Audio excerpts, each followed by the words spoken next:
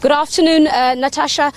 Basically, what General Tommy Mutombeni told the media earlier was just to bring us up to speed as to what the police operations have been since very early this morning when the protests started. So he was basically telling us that one person was injured. Now, we do know that this morning there were reports about somebody who has died. So he was trying to just correct that fact that no one had died. In fact, the person was just severely injured and taken to hospital, and also that several people had been arrested. He was not sure exactly at the time of the number, as of course the incidents on the ground were still continuing. But as I can say to you right now, the whole atmosphere has returned to calm. Community members are back in the community. Now, this is not the area where the protest is taking place. This, of course, is the main area, Laudium. The residents who were protesting are from Itireleng. It is about 10 to 15 minutes away from Laudium. It's on the outskirts of Laudium. So those angry, frustrated community members are back, and they have handed over their memorandum of grievances to the MMC, of course, of Housing, Amandla Nkosi, who has said that he will, consider their grievances and see how he can, of course, accommodate them and meet them halfway. But let's speak to one of the residents. This is Frank Mutipa. He is one of the community leaders who were leading the march this morning, and he has a list of issues that he has tabled. A lack of services, basic services, of course, being the priority right now and the main concern for the community members. Mr. Mutipa, just again reiterate your frustrations as a community. Okay, I can say a good day, everybody. My name is Frank Matipa. I live in the squatter camp for 13 years period. So whereby today to the community, they were feeling hungry because every now and then we just submit our issues to the councillor, but there's no more response immediately. I don't know whether it's their cabinet that doing that or it's himself just take us. Maybe we are not actually we are in a private land, so that's why maybe we cannot actually find the service delivery. But they're supposed to give us temporarily one. Okay, what are these services? Let's go to the heart of the matter. What are these services that you don't have? I went into the community, no development at all, but what are the immediate services that you need?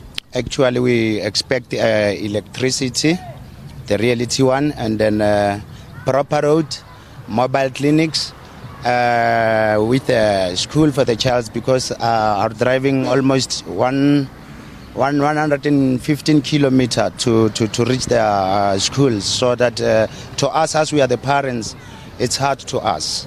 So the other issue is the area has been divided into two: an older section that has electricity and the new Itireleng that does not have power, and that is also the issue that's now dividing the community. Yes, it's like that. We are two division. It's like there is a Itireleng, there is an R25 extension of Itireleng, whereby now their councillors, they can tell themselves that they were sending service delivery while we are running out of service delivery. Like so, electricity is in Itireleng scrapping, but as we are middle east of Itireleng and then Atteridgeville, so that is a place where actually we are hungry about electricity and then whatever that other option they have. Okay, lastly, before we speak to Mr. Esop here, I heard that there's a group of community members that are making their way to the police station now. They're angry about the residents who were arrested this morning. Do you know anything about this, and what's going to happen moving forward? Moving forward is all about our station commander and the SABC member with our councillor, and then those members are coming to talk together. They just actually sit down and then settle on the process. Those people actually, we will be happy if we see them out from the jail. Okay, now the community members that are coming here, are they coming here? What's happening? Are we expecting chaos here? Because we heard the threats as we were driving out, and we saw the group that was heading here.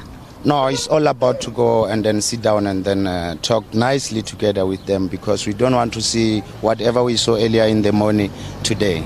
All right. Thank you so much, Mr. Tipa. Let's speak to the ward councillor. This is Mr. Mohammed Esop. He, of course, is part of the political contingent that has been coming to the community for years now, making promises. You have been accused of not meeting the people's demands. What are you saying to that? Okay. Can we get the story straight first? I'm the ward councillor for Itireleng from 2016 August. Please understand, 2016 August. It's about 9 months ago, all right? Okay. Before that, there had other councillors that were with them there, and they have not received the services. I've taken up the grievances with the executive mayor. In fact, I brought the executive mayor to Itireleng in January. I brought the MMC for housing also in January here, and they made commitments, right?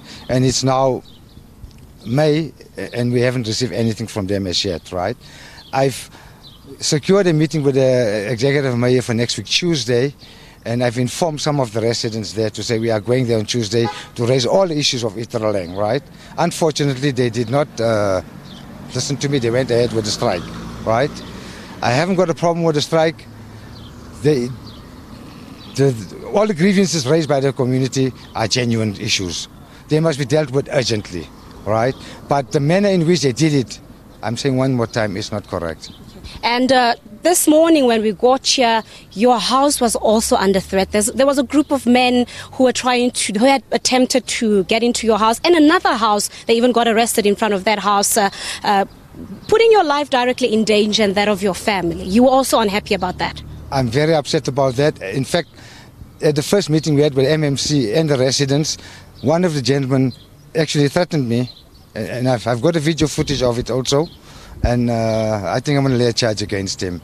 Okay? Apart from laying a charge, how are we going to solve the issues? Yes. And how are we going to get basic services to the grassroots majority of Itireleng? The MMC for Housing has called me and has confirmed that we will meet 10 people from the community there, right? And he will meet with them tomorrow morning at 9 o'clock, and we will take it from there. All right. Thank you so much. There you have it, Ward Councillor Mohammed Esop saying that, the issue is dire. The needs, the demands and grievances of the people of Itireleng that have been echoed since very early this morning are genuine, and they need to be attended to as soon as possible. But also raising concerns that the manner by which or in which they raise their concerns is not necessarily the way to do things. Of course, he is referring to the property that we saw getting damaged, roads getting closed, and of course his house and life being put under threat. But here it seems like it's business as usual. Community is back to calm. We're not sure exactly how the situation will pan out for the rest of the afternoon, and whether the threats that we heard on our way here, that the community is coming back to the police station to demand the release of the arrested residents, whether that will happen or not remains to be seen. But for now it seems like everything has returned to normal, and they have given the MMC for Housing 14 days to respond to their grievances, and then they will take it from there. Right. Patricia, thank you so much for that. Patricia Fasaki live from Pretoria with an update on those protests just outside Laudium.